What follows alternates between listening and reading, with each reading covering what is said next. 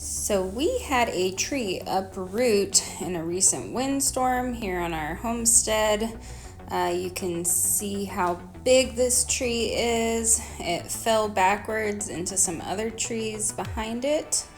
And we are very lucky it didn't come and fall into our house, because look how close it is here to our house.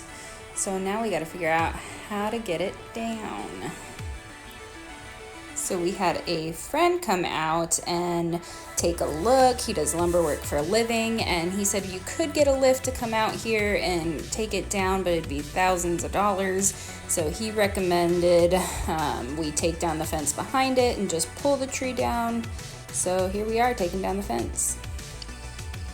Next, we let the professional come in and make some special cuts.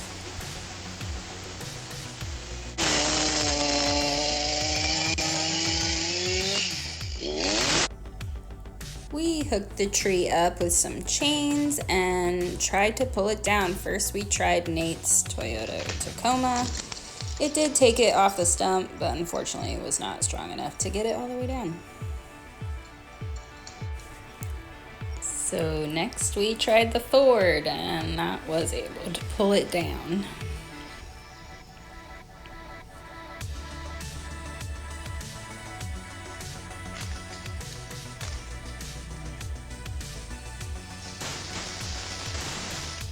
As you can see, it did take out one of our fence posts, which we'll have to repair, and it did knock the fence back, but luckily the fence was not broken.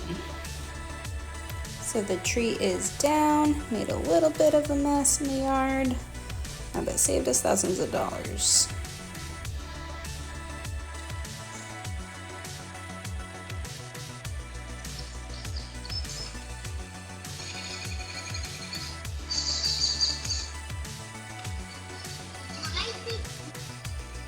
And now the tree is down.